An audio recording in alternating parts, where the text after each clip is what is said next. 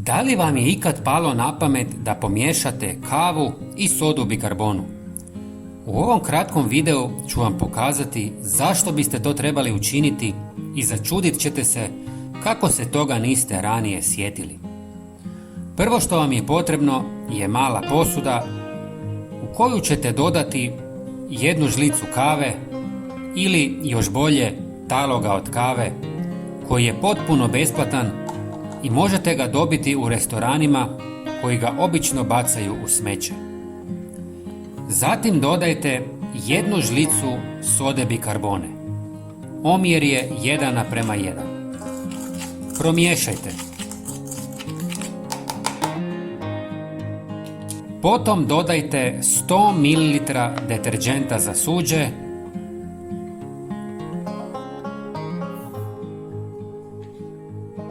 i 200 ml vode. Sve miješajte nekoliko minuta i napunite spremnik. Ova mješavina je odličan prirodni način za čišćenje tvrdokornih naslaga na suđu, ali i drugim površinama.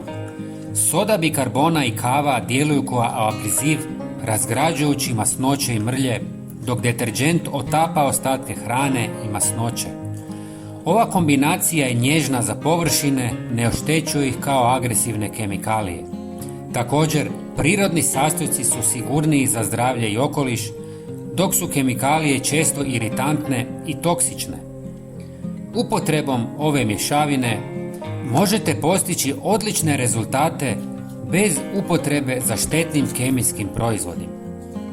Prijatelji, pogledajte i naš sljedeći video na vašem ekranu. Hvala vam. Pozdrav!